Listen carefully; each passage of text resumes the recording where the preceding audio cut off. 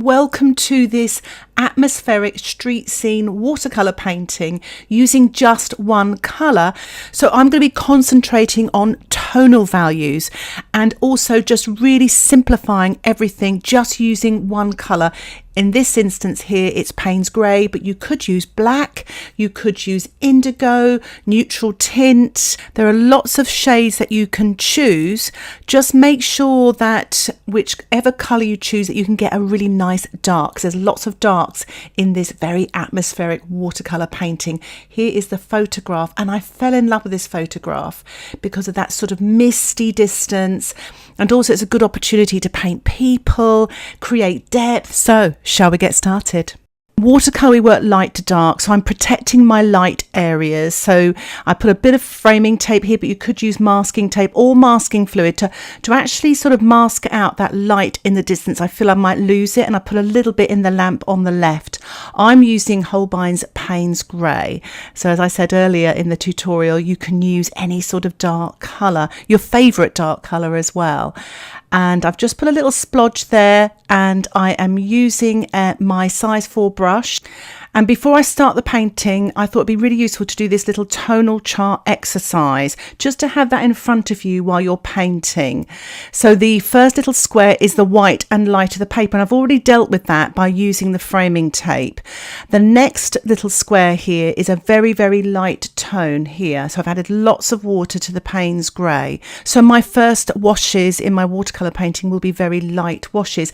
This is more of a light to mid tone, so I'm just painting this down here as well. You can see already there's like a little stepping stone of shades here, and the darker the tone, the more it comes forward, especially if it's against a very light tone. So that's a dark, mid to dark tone there, and this is my darkest tone, so there's very little paint here. So I'll be using this towards the end of the painting. I've tilted my painting, I've wet the surface all over, and I'm painting a very dilute wash, working wet into wet here with my size 12 brush. Use a nice large brush, large area, and I'm working my way down to the bottom of the painting, and I'm tilting here to make sure I don't have any hard edges as well. And I'm making a big sort of puddle here, and what I'm going to do here is I'm just dropping in, and this is wet into wet, or it could even be a little bit of damp into wet, with my size 10 brush, some of this Paynes grey, and it's the mid-tone. It's just to create that soft foliage, misty foliage, especially in the distance there, and I'm putting a little bit of that on the ground. So what I'm doing is I'm trying to pick out that next tonal value, the one that is slightly darker than the one I painted down. So I'm ignoring the mid to dark tones and the darkest tones. I just want to find those other shapes and marks there. So I'm using my scourer here, tearing it sort of rather than cutting it, because then you get a nice sort of natural sort of edge there as I'm pointing out. Otherwise, if it's a straight edge, it's going to make a straight sort of hard edge mark on your painting. I've dipped that into creamy sort of paint here, so it's a little bit darker than you'd want, but it will dry lighter. And I'm sort of just painting damp into damp now, just to create a little bit more texture with the foliage here. So you've got these really soft mid tones here, and I'm sprinkling on some table salt. You could use sea salt onto the damp paint, and I'm going to let that dry naturally, and what it does, it absorbs the paint and creates lovely light effects and that lovely texture that you can see there. So I'm going to work now wet on dry in the distance. I'm just painting using a mid-tone here, light to mid-tone. And if you feel it comes forward too much, just lighten it up with some water, which is what I've just done there. I want these distant trees to recede, and I'm doing this by painting on lighter tonal values. And obviously they are smaller in size as well, and that will also recede. So I'm tapping in again very gently using my scourer. Again, you can use a natural sponge just to create some of these textured marks. I'm using my size 10 brush, and I'm wetting the road here. It's like a big triangle leading to the vanishing point on the horizon. So I'm wetting the entire road with clean water, and I'm using a mid-tone now and painting damp into wet, the sort of foreground area here, and diluting my brush as I go into the distance there. I'm using the side of the brush here. Again, you could use a sponge just to paint in some of the sort of foliage here, the bushes to the left hand side.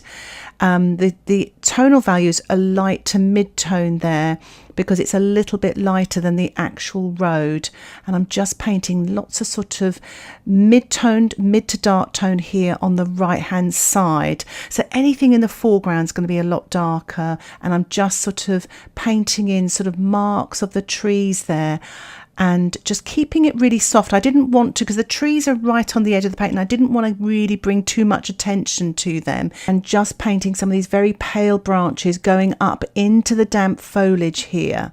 And as you saw there, I used my paper towel to take the excess liquid off the brush so I had more control and the paint didn't run too much, so you can see the lines of the branches. So I'm painting damp into damp here, sort of a mid to dark tone, because it is a little bit darker right in this left hand corner. As you can see, I'm using that handy little scourer again to create some texture, damp into damp, with a sort of mid-tone again. So I'm using my size 6 brush now. I'm just sort of painting some shadows going across the road here and trying to get them a little bit smaller and paler in the distance there, and a little bit darker in the foreground. And I'm just working damp into damp in this right hand corner here, stippling.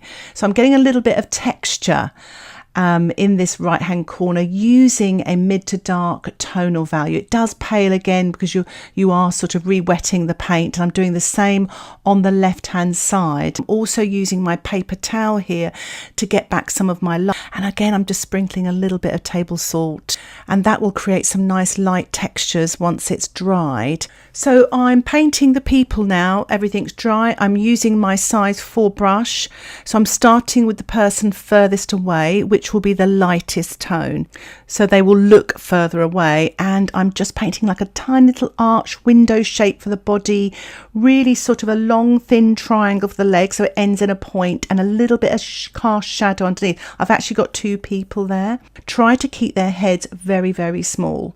So as you can see, this person I'm painting here, I've painted an extremely small head. It's like a little dot.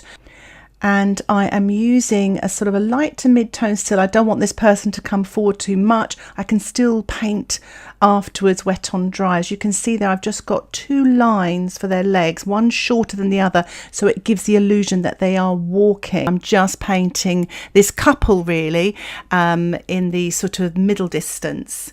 So they're bigger, they're twice the size at least of those people in the distance there. So thus creating depth, because they're really going to come forward. I'm still using my size 4 brush, working wet on dry, but as you can see, I've painted that person's head a lot darker than the one in the distance, slightly bigger, but still try and keep the head small. And I'm using sort of mid to dark tones here to bring these people forward away from the people in the distance. It's so nice to actually use just one colour.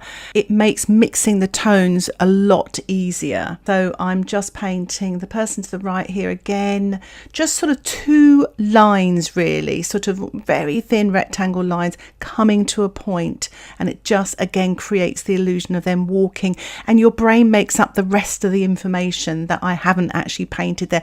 But I have actually given them sort of elbows or sort of arms going down the side of their bodies. There a little bit more information with these people here, and again a shadow underneath, and the shadow grounds them, otherwise they look like they're floating. So you don't have to paint this person to the left here, especially if you quite like the scene of the people sort of walking in the middle distance and the distance there. It's quite a nice exercise in painting a person with a little bit more detail. And as you can see there, I've actually painted his head, painted a little flat cap on there, and just sort of building up a little bit more information there. So I'm using sort of light tones there, but also a little bit of dark tones as well as contrasts to make him look a bit more interesting. Whereas the people in the middle distance, I haven't got a lot of contrasting tones. I had a little bit of a bleed there, so I'm just using my paper towel to lift off because it all ran down on his face there. but I'm just giving him a collar on his coat, and again just giving a little bit more detail and information. So while they're drying off, I'm going to start painting the street lamps. I'm using my size 4 brush, working wet on dry. You may want to have your painting dry just in case some of these lamps bleed on the people, but they're very, very pale, these lamps in the distance. And as you start to get more in the middle ground, just darken up your tonal value, give a little bit more detail, obviously make them a bit bigger, thicker sort of posts, etc. And again, it just creates that illusion of depth. So I'm just working on these more foreground lamps here, wet on dry, using my size 4 brush.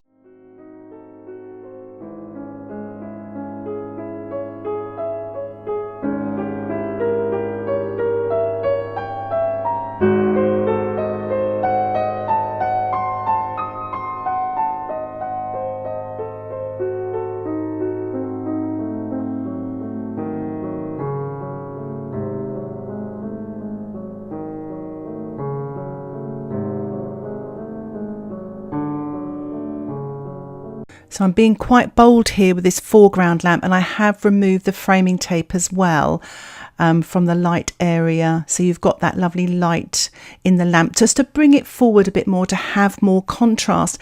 And I'm using quite dark paint here, wet on dry, with the size 4 brush, just painting some of the decoration as well, being quite bold, but I've just diluted my brush there just to create a sort of a lighter mid-tone there in the center of the light.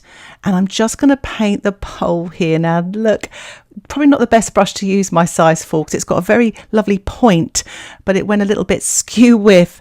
So I'm not going to panic, because I know that some of you will probably it'd be a bit tricky to paint these poles in straight lines.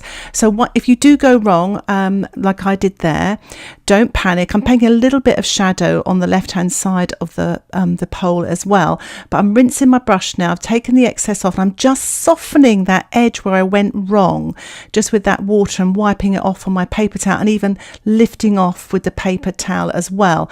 Ways round that are you could practice a little bit beforehand to get the confidence, or just paint a pale wash to begin with and then paint your darker one afterwards.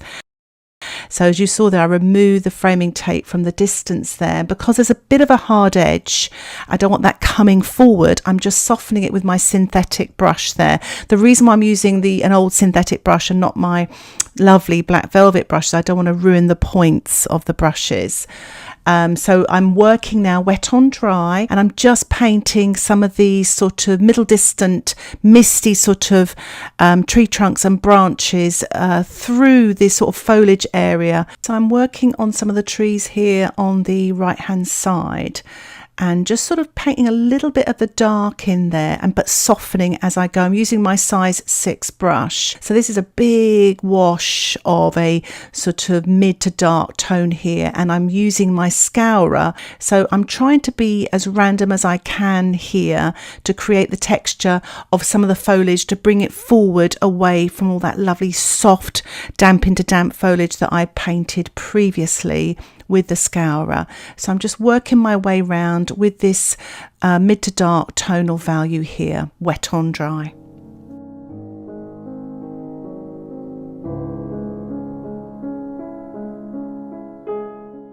Try to be brave when you're painting your darks. It really does make the lights look lighter.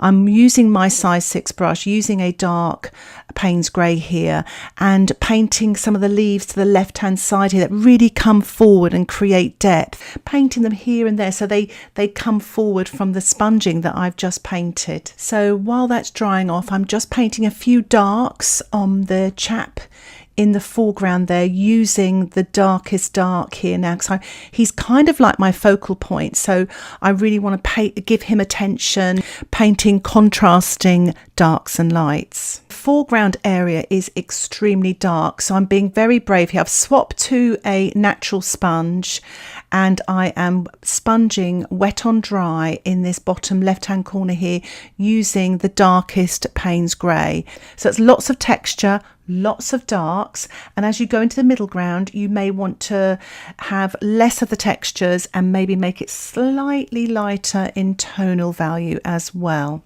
I've decided to darken up some of the foliage here on the left hand side, a little bit more sort of information, more details. So I'm using the brush. I quite liked painting those leaves in the trees with the brush. I'm just using and stippling with my brush, creating lots of different marks.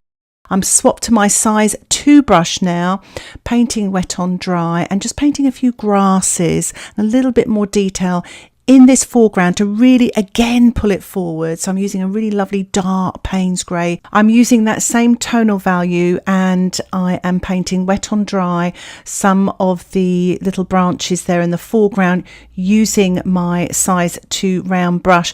I'm also stippling a few little leaves in there as well. And you saw there I'm spattering some dark Paynes grey, wet on dry. So I'm painting some of the foreground trees here, wet on dry, just some of the shadow areas. I've decided not to go too dark at the moment. I wanted to try a little bit of a cling film technique here to create some of the texture of the bark of the tree. So I'm just painting damp into damp here, some of the shadows of the trees on the right hand side and adding some water to soften them as well. So it creates a lovely atmospheric effect. I'm using my size 6 brush and it's a mid-tone and I'm just sort of painting wet on dry, going right across all of that foliage there. And if you're a bit worried about painting a lighter tone to begin with, and you can always drop in or a sort of darker paint, damp into damp. So I'm just sort of sponging over some of these branches as well to push them back a little bit, sort of like they're behind some of the foliage as well. If you notice, I spend a lot of time on the foreground, middle ground not so much, and in the distance not so much at all, and that way you create that depth. And as you can see here, there's lots of details and small twigs and branches that I'm painting in here, damp into damp, because obviously the foliage is still wet. I don't want to obviously paint every single branch. I just want to give that impression of all this foliage and branches above the head of, especially of the chap in the foreground. So I'm just peeling off the cling film and it didn't really work very well. Sometimes that happens, so I've decided just to paint a darker tree trunk just in the foreground here. I'm going to use a plastic card technique and it's best to do this on damp paint and just swipe sideways. As you can see here, the paint's a little bit wet, so I will wait until it dries off a little bit and try again. I've gone back to my star of the show and I'm just painting a few more little dark accents here and there to give a bit of detail to really bring him to life. So I'm going to revisit the tree to pull off the paint. It's coming off a lot easier now with the card to create lots of yummy texture. It really brings that foreground tree forwards as well. Again, creating depth. I'm painting the trees now on the right hand side with less tonal value and less texture as well. As you notice, as they go into the distance, they'll get smaller and lighter in tone with less detail. I'm just going to lift off a few light marks on the road here. The paint is dry, but I'm using a damp brush, just working into it to lift the Paynes grey off. It comes off quite nicely, and then just lifting off that residue paint with my paper towel. One of the great things about when you've got people in a picture, you can add things, and I thought it'd be quite nice to have someone walking their dog as well to create a little bit more interest. And I decided actually just to paint another sort of little bit of tone on these people in the distance, just for a little bit more information. And I've even put a smaller person or persons in the distance there, just to create a little bit more interest and depth. And I thought I'd just add a little bit more tonal value and some small details to these street lights as well. The painting has completely dried, and what I'm doing now is I've mixed up a very sort of light to mid-tone wash, and I wanted again to create some atmosphere. So I'm going to soften the top part of the painting here. You don't have to do this, it might feel a bit risky, but I'm just glazing this wash around the top, the right hand side and the foreground, almost like you're framing the picture. So I'm removing the washi tape there. It's always nice to see the white border. It gives you an opportunity to really assess to see if you need to do any more to your painting. But I think I'll leave it there for now. I really hope you've enjoyed this tutorial and it inspires you to have a go at using just one colour when you are painting in watercolour, and maybe attempt this scene with the people as well. If you have any questions, please put them in the comments section, and if you'd like to see more content like this, don't forget to subscribe to my YouTube channel where you'll get updates of my latest tutorials. Thank you so much for watching. Happy painting. Bye for now.